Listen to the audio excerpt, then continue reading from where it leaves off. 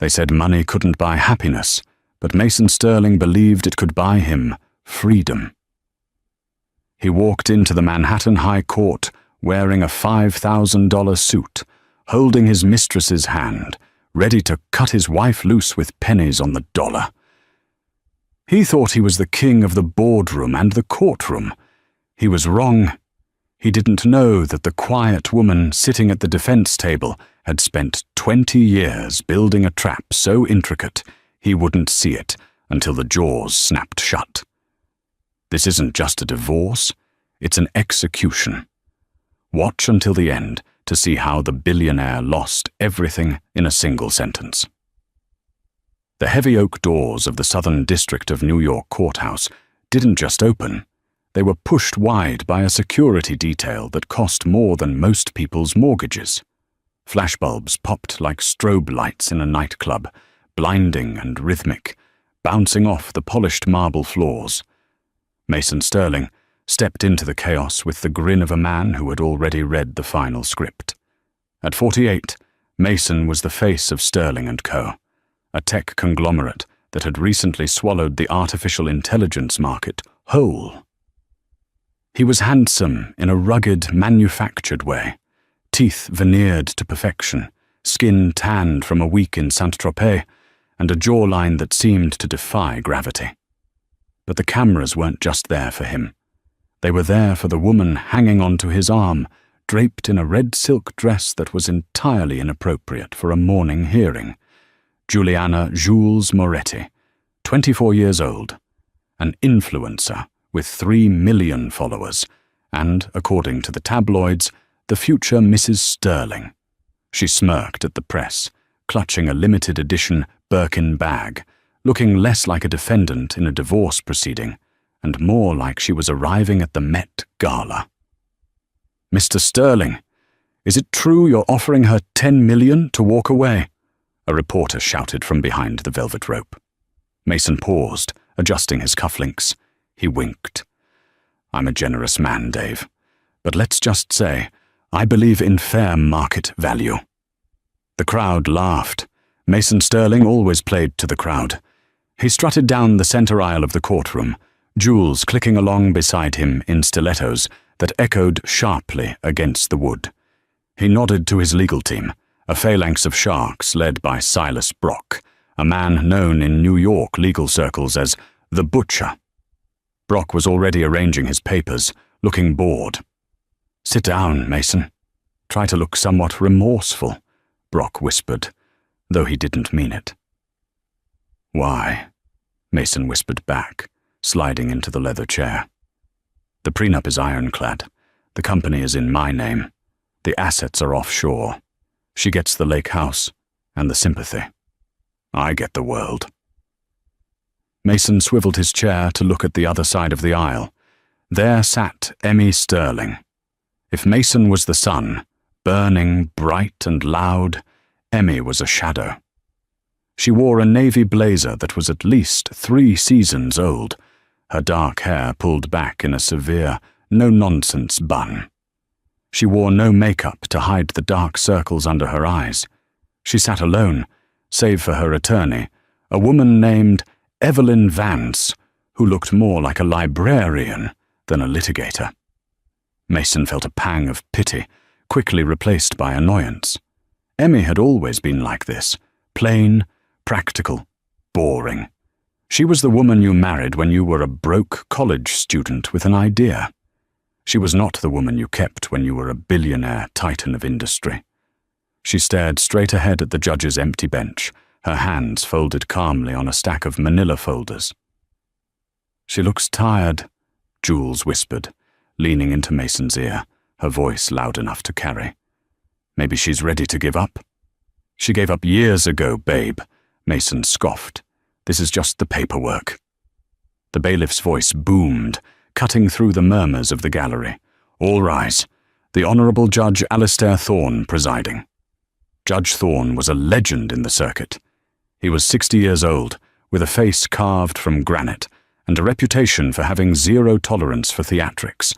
He swept in, his black robes billowing, and took his seat. He peered over his spectacles, his gaze lingering on Jules's red dress with distaste before landing on Mason. "Be seated," Thorne grumbled. "Case number 492B, Sterling Valor Sterling. Petition for dissolution of marriage and division of assets." Thorne shuffled his papers. "I have reviewed the initial filings. Mr. Brock, you are representing the petitioner, Mr. Sterling. Ms. Vance, you are for the respondent, Mrs. Sterling." "Ready, Your Honor," Brock said, standing up and buttoning his suit jacket. He projected confidence, his voice smooth as velvet. "Ready, Your Honor," Evelyn Vance said. Her voice was quiet, almost raspy. "Let's not waste time," Judge Thorne said. "Mr. Sterling is petitioning for divorce on the grounds of irreconcilable differences and is seeking enforcement of a prenuptial agreement signed in 1998. Is that correct?" "It is, Your Honor," Brock said, stepping into the open floor. He began to pace, a performance he had perfected. "My client, Mr. Sterling, built Sterling & Co. from a garage startup into a global empire. While he has deep respect for his wife of 25 years, the reality is that the marriage has broken down. We are offering Mrs. Sterling a generous settlement of $5 million, plus the property in Connecticut, which is more than fair considering she has not contributed to the business operations in over 15 years. Mason leaned back, crossing his legs. He caught Emmy's eye. She didn't blink. She didn't look angry. She looked calculating. It unnerved him for a split second. But then Jules squeezed his hand under the table, and the feeling passed. "Ms. Vance?" The judge turned to Emmy's lawyer. "Does the defense contest the validity of the prenuptial agreement?" Evelyn Vance stood up slowly. She didn't pace. She didn't use big hand gestures. She simply adjusted her glasses. "We do not contest the prenup, Your Honor," Evelyn said. A ripple of shock went through the gallery. Even Mason blinked. "She's folding. Just like that." Silas Brock smirked. This was going to be easier than he thought. "However," Evelyn continued, her voice hardening slightly, "we contest the ownership of the assets listed by Mr. Sterling.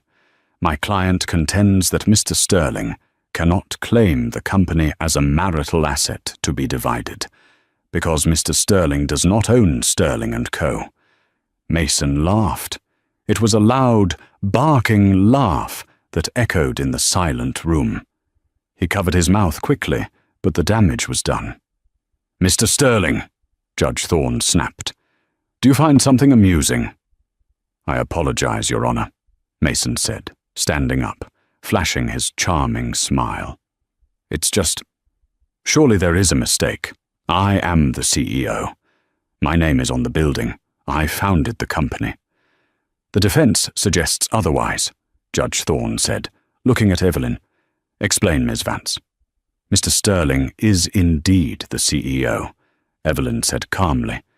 "He is a paid employee, but the actual ownership of the holding company that controls the intellectual property, the patents, and the majority voting stock belongs to a private trust. And today we intend to prove that the beneficiary of that trust is not Mason Sterling." Mason leaned over to Brock. "What is she talking about? I signed the incorporation papers myself." Brock looked less confident now. He was shuffling through his files frantically. "It's a delay tactic, Mason. She's grasping at straws. Just let me handle it." But as Mason looked across the aisle, he saw Emmy finally turn her head. She looked at him, and for the first time in years, he saw a spark in her eyes. It wasn't love. It wasn't hate. It was the cold, clinical look of a predator watching prey walk into a trap. The air in the courtroom had shifted. The humidity of the crowded gallery seemed to drop, replaced by a chilling curiosity. The reporters in the back row stopped typing on their phones and leaned forward. "Mr. Brock," Judge Thorne said, leaning back. "Call your first witness. Let's get to the bottom of this ownership dispute. I call Mason Sterling to the stand, Brock announced. Mason buttoned his jacket and walked to the witness box. He swore on the Bible, his hand steady. He was in his element now. He was a storyteller, a visionary. He had sold billions of dollars of vaporware to investors. Selling a story to a judge should be easy. Mr. Sterling, Brock began, pacing comfortably again, tell the court about the founding of Sterling & Co. It was 1999, Mason began, his voice taking on that nostalgic TED Talk quality. I was working out of a small apartment in Brooklyn. I had a vision for a new type of data compression algorithm. She was around, of course. She was working as a librarian to pay the rent while I coded. I worked 18 hours a day. I built the code from scratch. I pitched it to investors. I took the risks. And what was Mrs. Sterling's role during this critical growth period? Brock asked. She kept the apartment tidy, Mason said with a shrug. She made coffee. She was supportive, emotionally, I suppose. But she never understood the tech. She never sat in on board meetings. She was happy to stay in the background. So to be clear, Brock pressed, she contributed zero intellectual property to the company? Zero, Mason confirmed. And the company structure? I incorporated in Delaware in 2001, Mason said. Sole proprietor initially, then we went public in 2010, but I retained 51% of the voting stock through my private holding company, MS Ventures. Thank you, Mr. Sterling. Brock sat down, looking satisfied. Evelyn Vance stood up. She picked up a single piece of paper, a photocopy of an old, coffee-stained napkin. Mr. Sterling, Evelyn said, walking to the stand. You mentioned you wrote the code from scratch. Do you recognize this document? Mason squinted at the paper. It looks like some old notes. This is a napkin from Sal's Diner, dated November 14th, 1998, Evelyn read. It outlines the core logic for the compression algorithm. The handwriting. Is it yours? Mason hesitated. It looks like mine. Look closer at the variables, Mr. Sterling, specifically the syntax used for the recursive loop. Mason stared. A bead of sweat formed on his temple. He knew that syntax. He hated that syntax. It was efficient, brutal, and mathematical. It wasn't his style. That's not my handwriting, Mason admitted quietly. No, Evelyn said. It's Emmy's. Objection, Brock stood up. Relevance? Goes to the credibility of the witness and the origin of the asset, Your Honor, Evelyn said coolly. Overruled, Judge Thorne said. Continue. Evelyn turned back to Mason. Mr. Sterling, is it true that in 1998 you were on academic probation for failing linear algebra? Mason's face flushed red. Jules, sitting in the gallery, lowered her sunglasses, looking confused. I struggled with some courses, yes, Mason snapped. And who tutored you? Emmy did, he muttered. Emmy, who was a PhD candidate in mathematics at Columbia University, before she dropped out to support you, Evelyn corrected. Mr. Sterling, isn't it true that the Ether Code, the foundation of your billion-dollar empire, was actually solved by your wife on this napkin while you were complaining about the math being impossible? She helped, Mason shouted, losing his cool. She helped with the math, but I built the company. I sold it. I made the deals. An equation is just numbers on a page until someone like me turns it into money. So you admit she created the intellectual property? I admit she helped. Thank you, Evelyn said. She walked back to her table and picked up a thick, leather-bound binder. Now, let's talk about MS Ventures, the holding company you claim to own. She opened the binder. You stated you incorporated MS Ventures to hold your stock, And you signed all the documents yourself? Yes, Mason said, feeling safer now. He remembered signing the stack of papers. Emmy had brought them to him one night while he was drunk on champagne after their IPO. She said they were just tax shelters. He had signed them without reading. And do you recall the nominee agreement embedded in Article 4 of the incorporation bylaws of MS Ventures? The what? Mason frowned. Article 4, Evelyn read, states that Mason Sterling serves as the public face and nominee director of the entity, possessing no beneficial ownership, while the true and lawful owner remains the silent partner. The courtroom went deadly silent. That's legal mumbo-jumbo, Mason scoffed. I'm the owner. Mr. Sterling. Evelyn looked over her glasses. Who is the registered silent partner of MS Ventures? I don't know. It's probably me under a different tax ID. Evelyn turned to the judge. Your Honor, I would like to submit Exhibit B, the original incorporation documents of MS Ventures. She handed a document to the bailiff, who handed it to the judge. Judge Thorne adjusted his glasses. He read the line. His eyebrows shot up toward his hairline. He looked at Mason, then at Emmy, then back at the document. Mr. Sterling, the judge said, his voice dropping an octave. According to this, you are effectively an employee of MS Ventures. That's impossible, Mason yelled, standing up in the witness box. Who is the owner then? Evelyn Vance smiled. It was a small, terrifying smile. The owner is listed as a blind trust, Evelyn said. The Aurora Trust. And who controls the Aurora Trust? Mason demanded. Emmy Sterling spoke for the first time. She didn't stand up. She didn't shout. She simply leaned into her microphone. I do, Mason. Her voice was calm, clear, and devastating. I named it Aurora, Emmy continued, because that was the name of the daughter we lost. The daughter you missed the birth of because you were at a business meeting in Vegas. The color drained from Mason's face. The mistress, Jules, dropped her phone.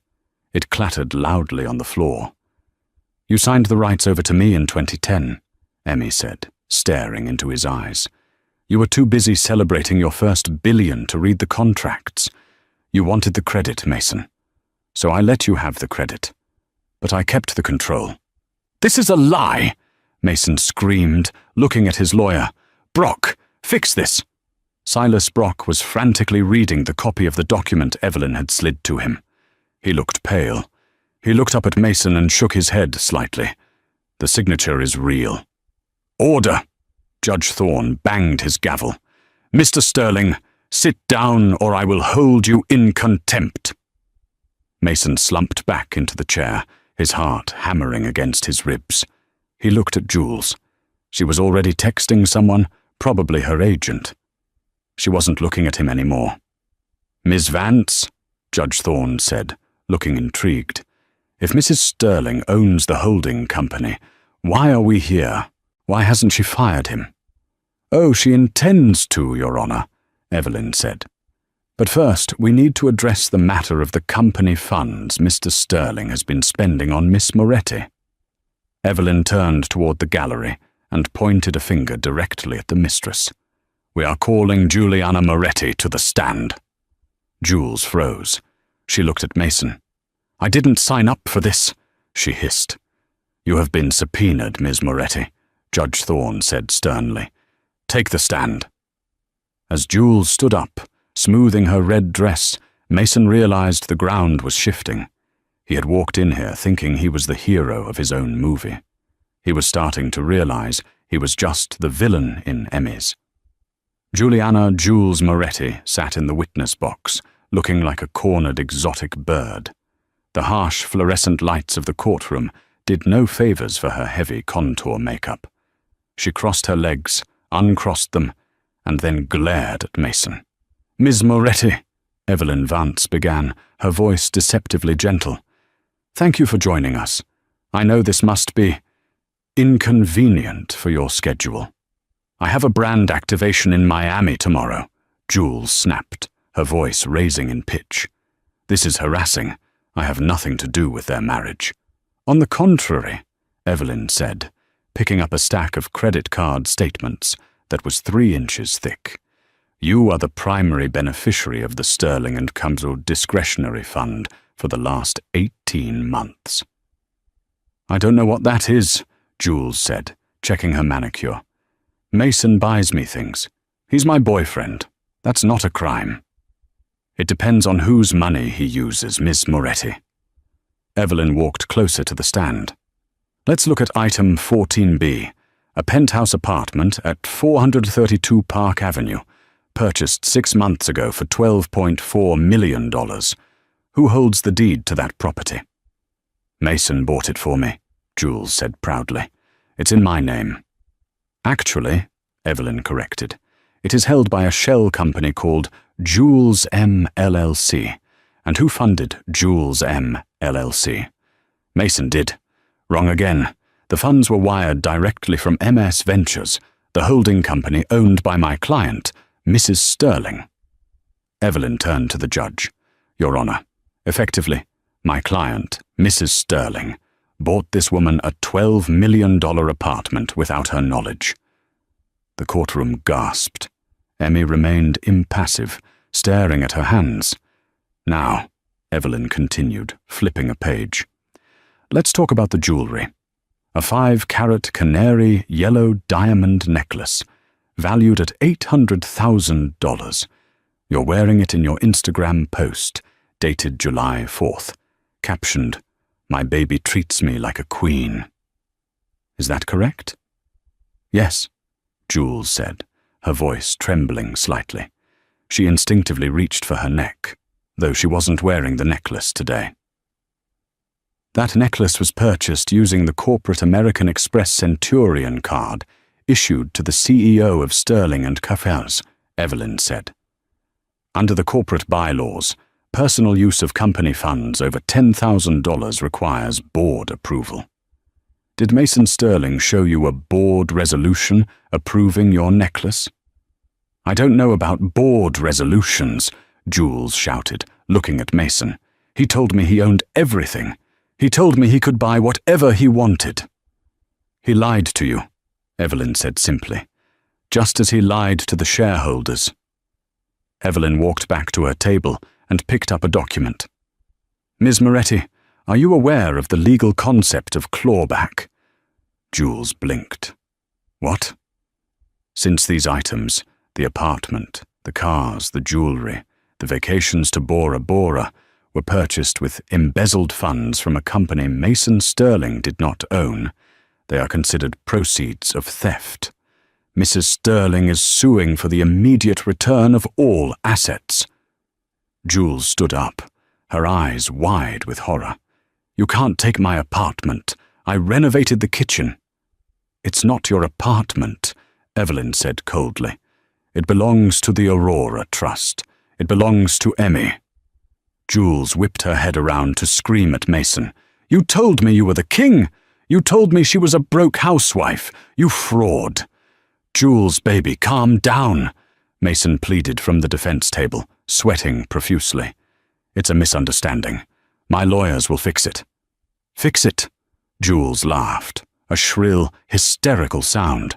You're broke, Mason. You're spending her money on me, and now she wants it back. She looked at the judge. Your Honor, I didn't know. I thought he was rich. I'm a victim here. He manipulated me. You accepted $12 million in gifts, Judge Thorne said dryly. Ignorance is not a defense for receiving stolen goods. You may step down, Ms. Moretti, but do not leave the state. The asset seizure team will be in touch. Jules stormed off the stand, grabbing her bag. As she passed the defense table, she didn't look at Mason.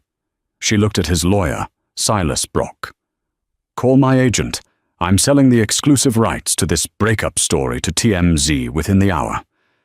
Mason put his head in his hands. The humiliation was burning him alive, but he wasn't defeated yet.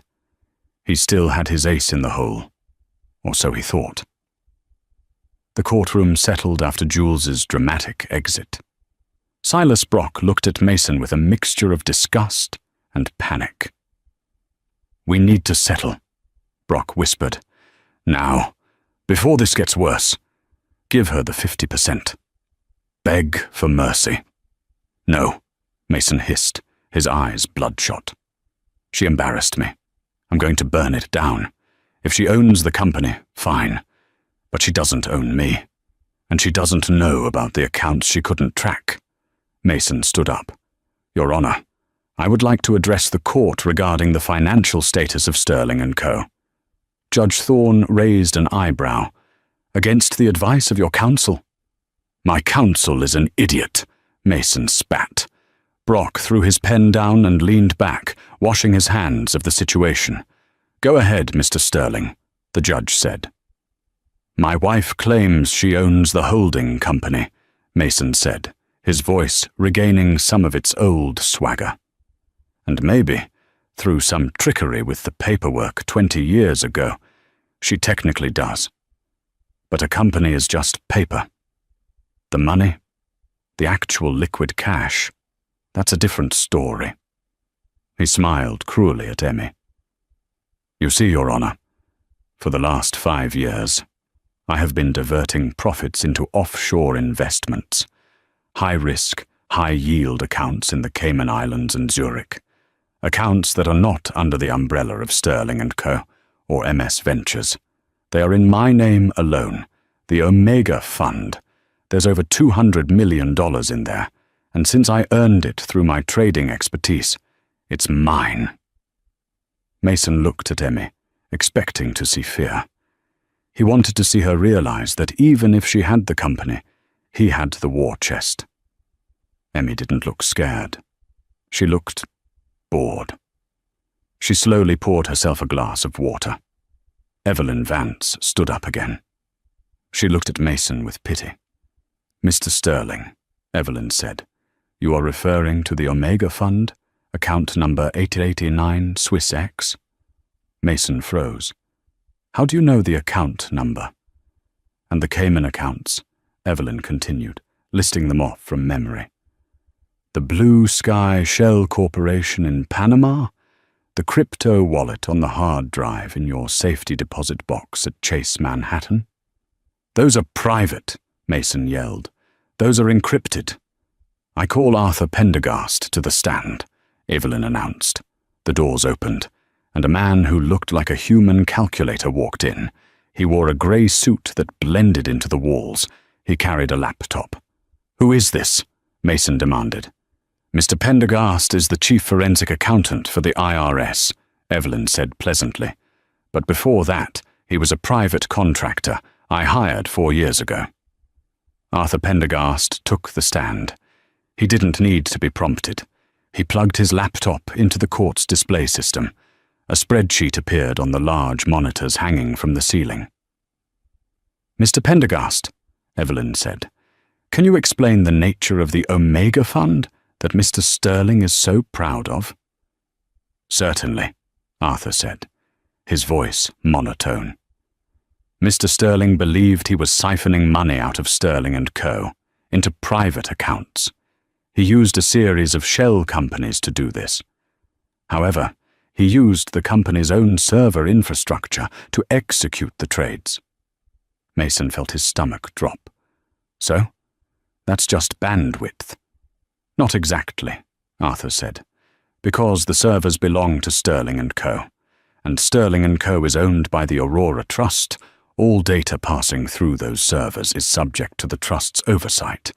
Mrs. Sterling saw every penny you moved." "She saw it?" Mason whispered. "Why didn't she stop me?" Arthur clicked a button. The spreadsheet changed colors. "Because she wanted you to consolidate it," Arthur said. "You see, Mr. Sterling, you are a very aggressive trader. You took risks Mrs. Sterling would never take with the main company. You gambled with the money, and you won. You turned 50 million into 200 million. "Exactly," Mason shouted.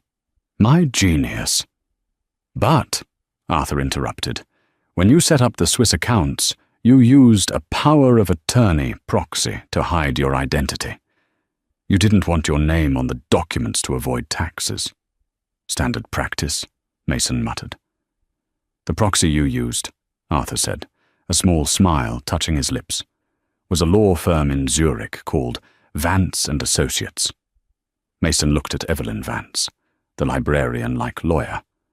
No, Mason breathed. No, no, no. Yes, Evelyn said from her table.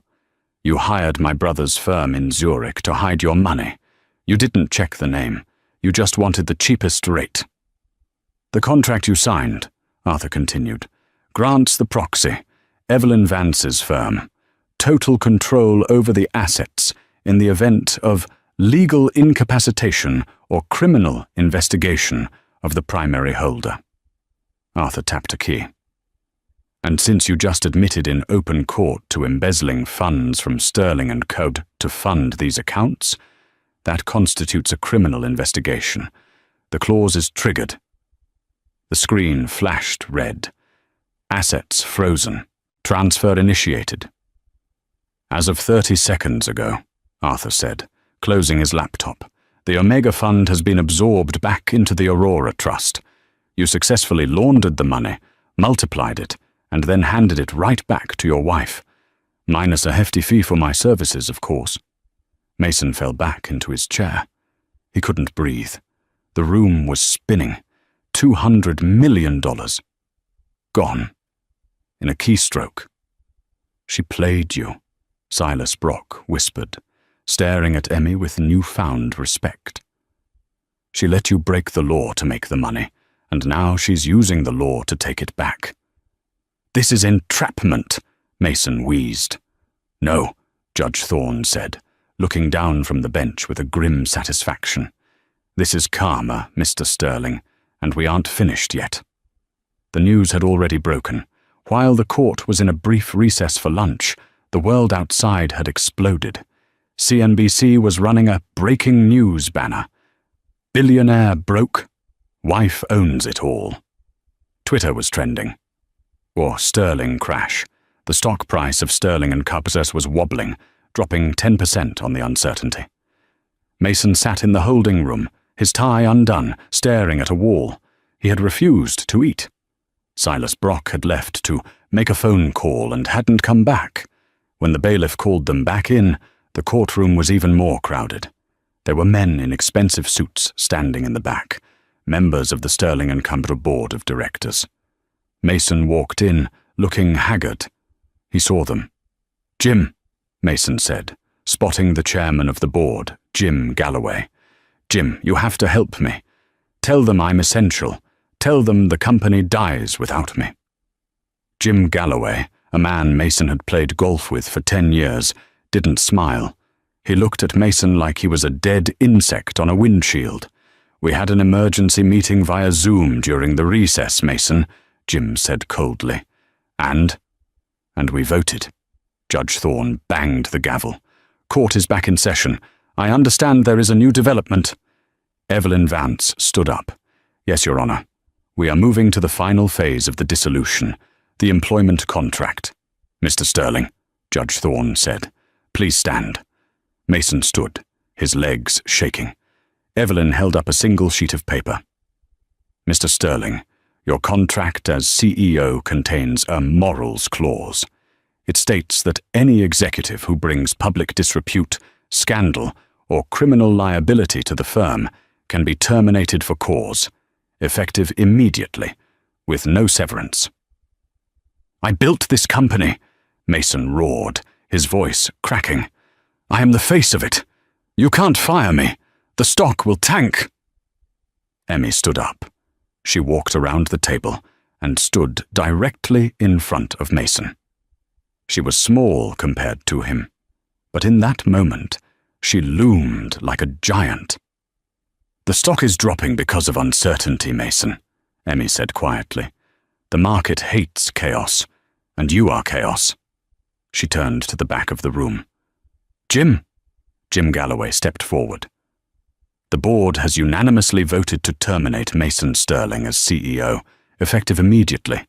We have also voted to appoint the new interim CEO. Who?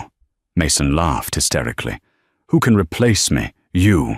You're a bean counter, Jim. Not me, Jim said. He pointed to Emmy. Mason's jaw dropped. You're a housewife. You haven't worked in 20 years. I haven't worked for you, Emmy corrected. But did you really think I just sat at home knitting? Who do you think wrote the white papers for the Nexus AI project, under the pseudonym E.S. Turing? Who do you think advised the board on the acquisition of Data Core last year? Mason blinked. The Nexus project was their biggest upcoming product. He had never met the lead engineer. He just signed the checks. That was you? He whispered. I have been running this company from my study in Connecticut for a decade, Mason, Emmy said. You were just the mascot. You shook hands. You cut ribbons. You gave interviews. You were the peacock. But I was the one making the decisions. The board has known for 5 years. We were just waiting for your contract to renew, so we could lock in the non-compete clause. She smiled, a genuine, terrifying smile. You're fired, Mason. And because of the non-compete you signed last month, thinking it was just a formality, you can't work in the tech industry for 7 years. You can't even consult. Mason looked at the board members. They all nodded. They were in on it. They had all been playing him. Why? Mason asked, tears finally streaming down his face. Why let me go on like this? Why let me think I was a god? Because I wanted to see if you would ever change, Emmy said, her voice dropping to a whisper only he could hear. I gave you 20 years, Mason. I forgave the first affair. I forgave the gambling. I forgave the neglect. I kept waiting for the man I fell in love with in that Brooklyn apartment to come back. She leaned in closer. But when you missed Aurora's funeral to close the Tokyo deal, that's when I decided. I didn't just want a divorce. I wanted to erase you. I wanted you to feel what it's like to be invisible. She stepped back. Your Honor, Emmy said, turning to the judge. I am ready to sign the divorce decree. I am taking the company, the house, the assets, and the dog. He can keep his clothes and his mistresses. So ordered. Judge Thorne slammed the gavel down. Judgment for the respondent. Mason stood alone in the center of the courtroom. The flashbulbs were still popping, but they weren't for him anymore. They were for Emmy, the new queen of tech. The board members were surrounding her, shaking her hand. Jules was gone. His lawyer was gone. He had walked in a billionaire. He was walking out with nothing but a suit he probably couldn't afford to dry clean. But as he turned to leave, a man in a cheap trench coat blocked the aisle. Mason Sterling? The man asked, holding up a badge. Get out of my way, Mason muttered. I'm Agent Miller, FBI, Financial Crimes Division, the man said, producing a pair of handcuffs. We have a warrant for your arrest regarding the embezzlement of funds from MS Ventures and tax evasion related to the Omega Fund. Ms. Vance sent us the files this morning. Mason looked back at Emmy one last time. She was busy talking to Jim Galloway about the Q3 earnings report. She didn't even look up as the cuffs clicked around his wrists. The transition from a penthouse overlooking Central Park to a 6x8 cell in the Federal Correctional Institution at Otisville was not gradual. It was a violent, jarring fracture in reality. Mason Sterling had spent his life curating his environment. He controlled the temperature, the lighting, the sound, and the people. He wore vicuña wool and drank scotch that was aged longer than his cellmate had been alive. Now, he wore an ill-fitting beige jumpsuit that smelled of industrial detergent and stale sweat. His first week was a blur of denial. He kept waiting for Silas Brock to burst through the heavy steel doors, waving a court order, laughing about how it was all a stress test for a new security protocol. He paced the small concrete floor, muttering to himself. "I am Mason Sterling," he whispered, tracing the cracks in the cinder block wall. "I built the future. This is a mistake." But the mistake was his existence. By the third month, the denial had hardened into a bitter, poisonous rage. The other inmates didn't care about his stock portfolio. To them, he was just another suit who got caught with his hand in the cookie jar. He wasn't a titan of industry here.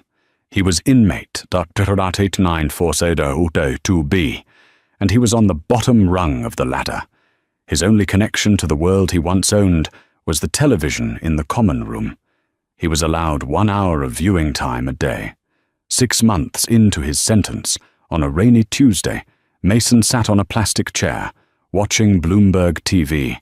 The volume was low, drowned out by the slapping of playing cards at a nearby table, but the headline screamed at him in bold white letters. Sterling & Co. rebrands to Ether Dynamics. Stock hits all-time high. Mason leaned forward, his heart thumping against his ribs. The screen cut to a live feed of a press conference. There she was. Emmy stood at a podium made of reclaimed glass and steel. She looked transformed. The severe bun was gone, replaced by a sleek, modern cut that framed her face.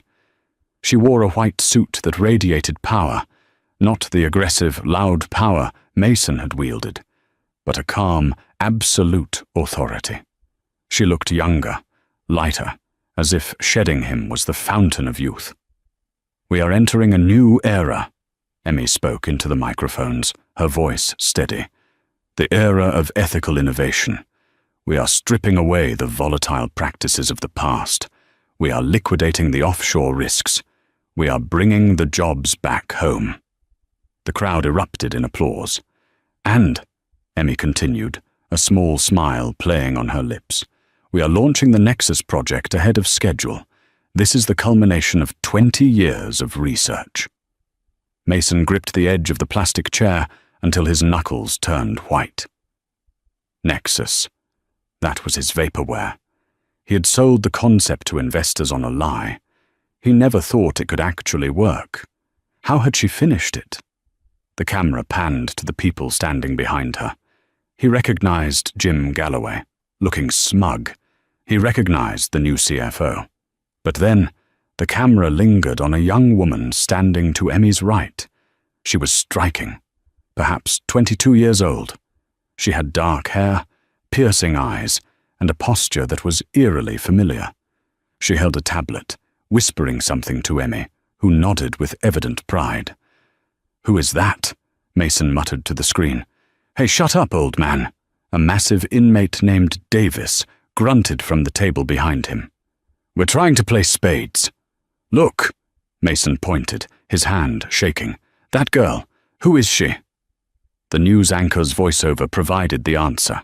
Joining CEO Emmy Sterling is the newly appointed Vice President of Operations, the enigmatic prodigy known only as Rory, who sources say has been the chief architect behind the Nexus Code. Rory. The name struck Mason like a physical blow. It triggered a memory, a faint, dusty fragment from a life he had thrown away. Aurora. He remembered Emmy calling their baby Rory in the hospital, the one time he had visited before flying to Tokyo. But Aurora was dead. She had died in a car accident when she was 16. Or was it leukemia? He couldn't remember the details. He had been in the middle of the merger with Techstar. He remembered getting the call. He remembered telling his assistant to send the most expensive flowers available. He remembered the funeral being on a Tuesday, which conflicted with his board meeting. So he had flown in for 20 minutes, stood by the closed casket, checked his watch, and left. He had never looked inside the casket. A cold dread, colder than the prison walls, seeped into his bones. He stared at the girl on the screen. She turned her head, and the studio lights caught her profile. It was his nose.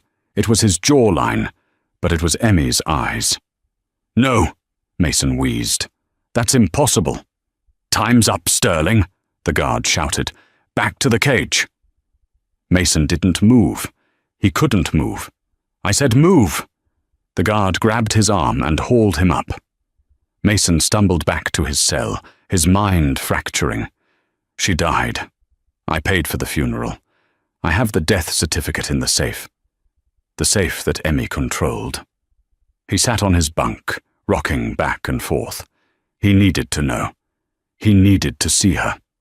He filled out a visitation request form with trembling hands.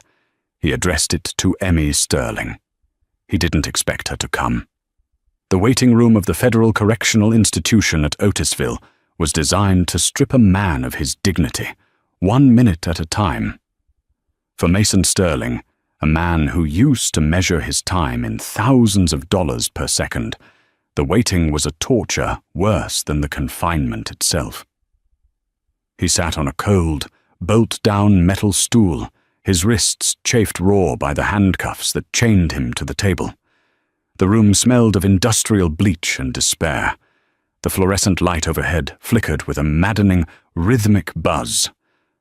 Zust, zust, zust, that felt like it was counting down the seconds of his remaining sanity.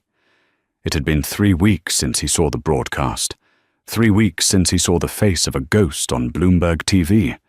He had replayed the image in his mind 1,000 times in the darkness of his cell.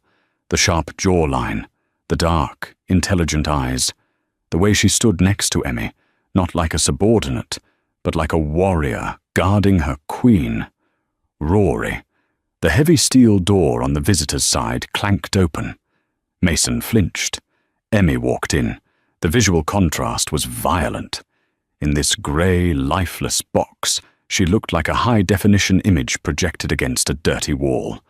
She wore a cream-colored cashmere coat that probably cost more than the guard's annual salary.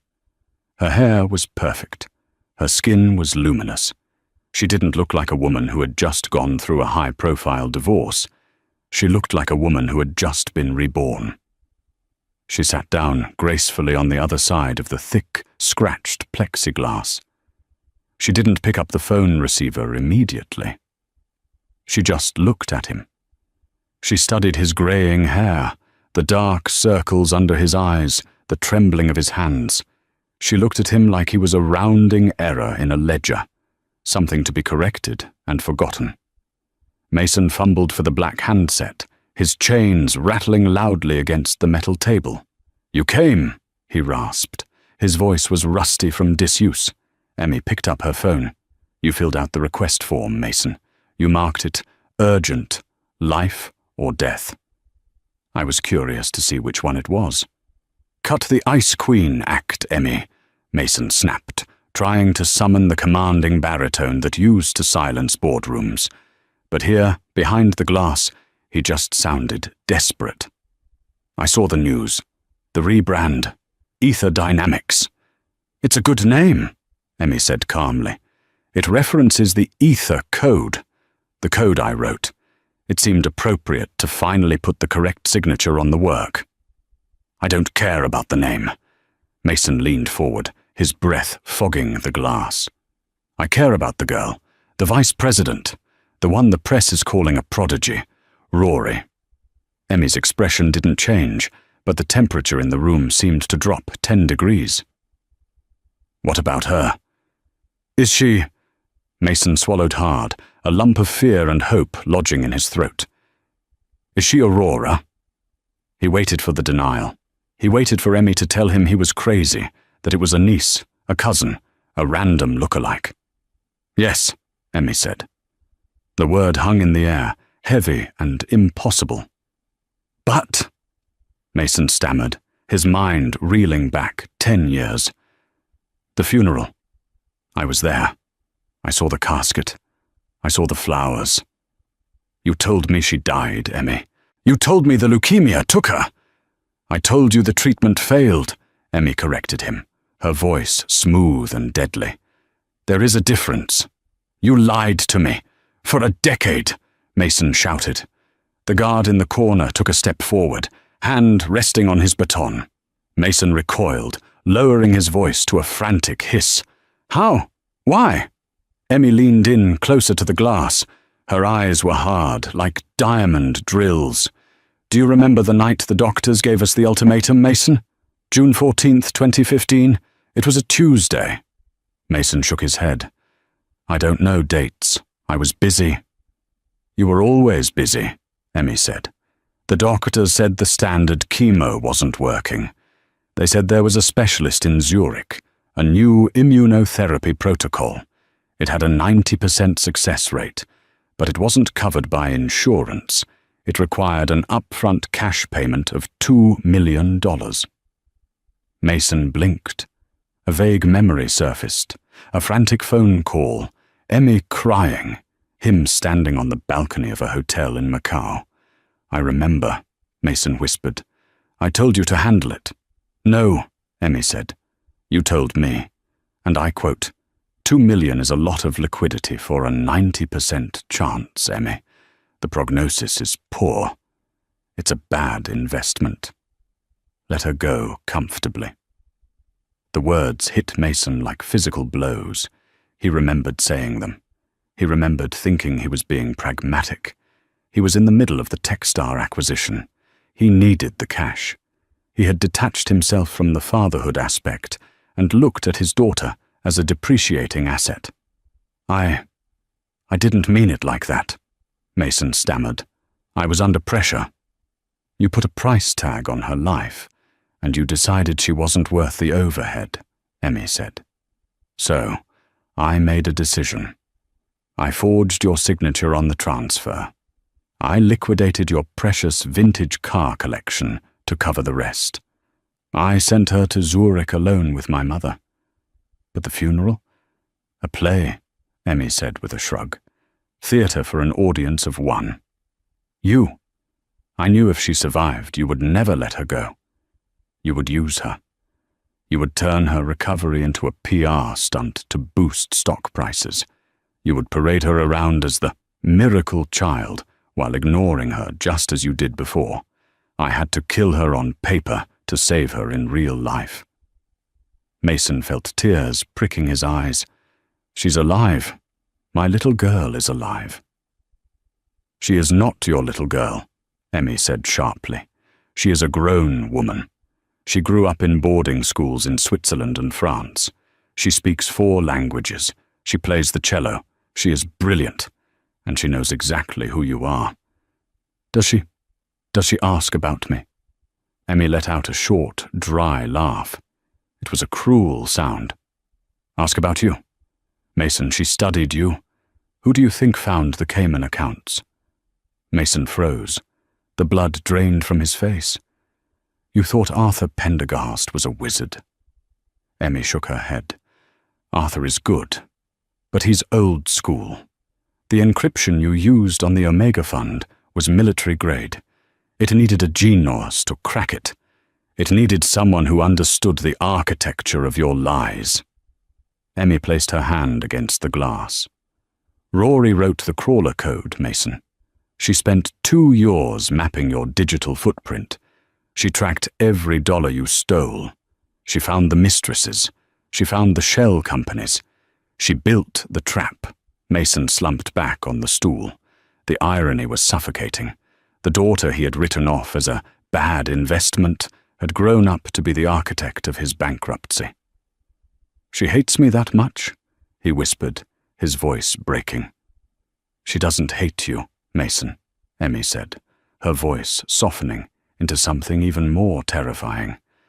Pity. Hate implies passion. She views you as obsolete code, a glitch in the system that needed to be patched. Emmy stood up. She smoothed the front of her coat. She looked at her watch, a simple, elegant movement that signaled the end of his time and the end of his relevance. Why did you come here, Emmy? Mason asked, tears streaming down his face now. To gloat? Rory wanted me to deliver a message, Emmy said. She's legally changing her name tomorrow.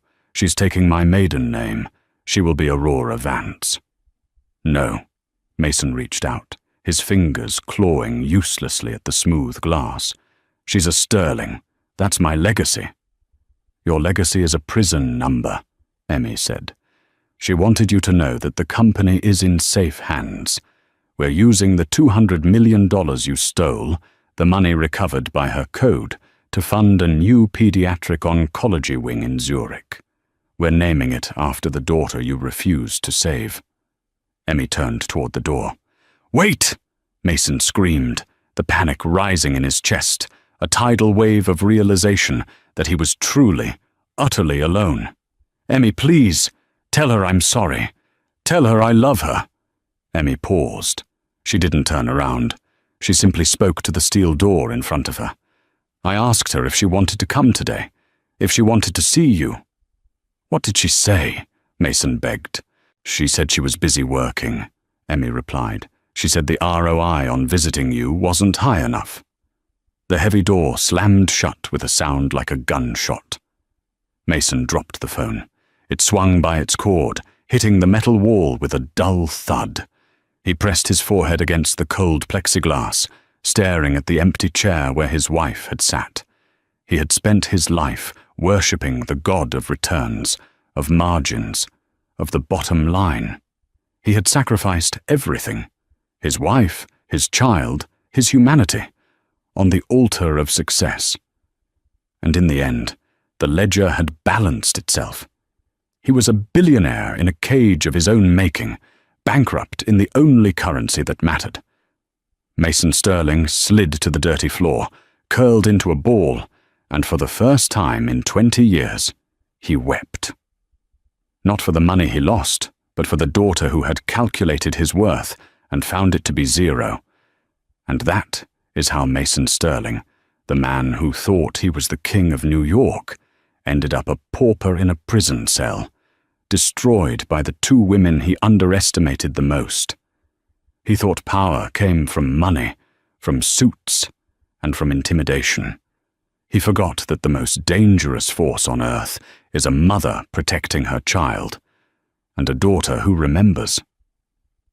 Mason spent the rest of his days watching ether dynamics rise to global dominance from a fuzzy TV screen, knowing that every success, every breakthrough, and every dollar earned was a direct message from his daughter. "I didn't need you." If you enjoyed this story of karma, betrayal, and ultimate revenge, please smash that like button. It really helps the channel grow and lets me know you want more stories like this. Don't forget to subscribe and hit the notification bell so you never miss a new video. What would you have done if you were Emmy? Would you have hidden the daughter or confronted him sooner? Let me know in the comments below. Thanks for watching, and I'll see you in the next story.